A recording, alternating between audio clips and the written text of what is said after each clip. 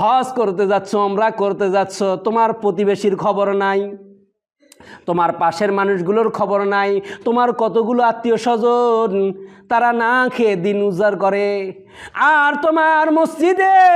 শুধুমাত্র খালি খিচুড়ি দিয়ে ডাল খিচুড়ি ইফতার হয়, আর তুমি লক্ষ টাকা খরচ করে আমি আল্লাহকে পাওয়ার ধান্দায় তুমি মক্কা মদিনায় ঘুরতেছো।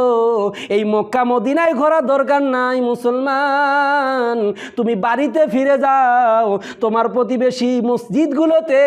খবর নাও কারা কারা রোজা রাখে, কাদের ইফতারের ব্যবস্থা আছে, কাদের ইফতারের ব্যবস্থা নাই, কারা সেহরি খাইতে পারে, কাদের সেহরির ব্যবস্থা নাই, এই খোঁজ খবরগুলো নাও, তাদের এই ইফতারির আয়োজন দাও, তাদের এই তোমার যাকাত ফিতরার টাকা হলেও তাদের কাছে পৌঁছায় দাও, যেন তারা সঠিকভাবে রোজা রাখার জন্য সেহরি করতে পারে। তাহলে আমি আল্লাহ রাব্বুল আলামিন মক্কায় না রে